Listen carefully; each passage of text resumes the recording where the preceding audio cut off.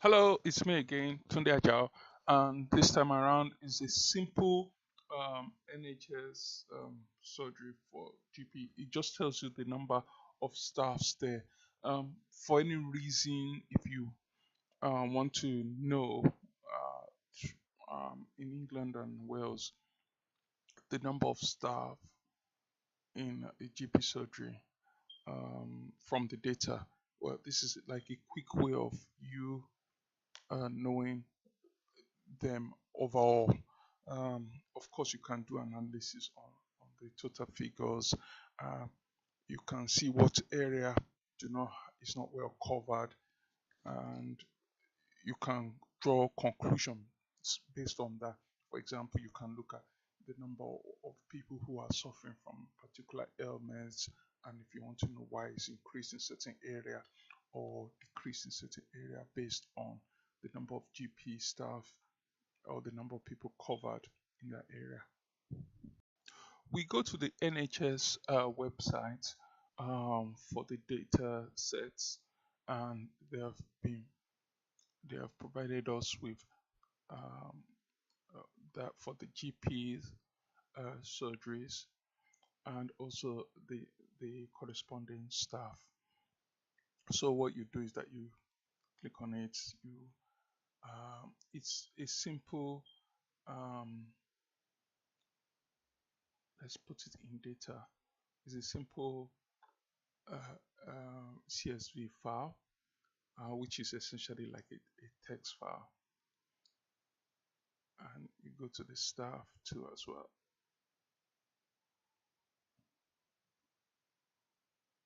And of course, that one too is downloaded. You download the application, and when you click on it, once it's downloaded, and it would open, and after it's downloaded, and you just click on it. Now, the first one, of course, when it opens, you navigate it to the corresponding folder. Let's go to the data. And the first one is for the GP surgeries. So you click on that. And the second one is for the staff. Then you just run it. Now, what it does, it just the number of queries that it runs. After going through a number of queries, it analyzes the data, and it takes that data and it puts it in an Excel spreadsheet so that you can look at it. It's normally takes less than 2 minutes, let's say about 70 seconds or so. But once it works, it's wonderful. And the whole idea behind it is that once you get that data, you'll be able to analyze the data, you'll be able to draw your own conclusions, or take into consideration areas which are covered, areas which are not covered. And if it's based on the number of data doctors in a particular area, whether there is an outbreak of disease, or there's an outbreak of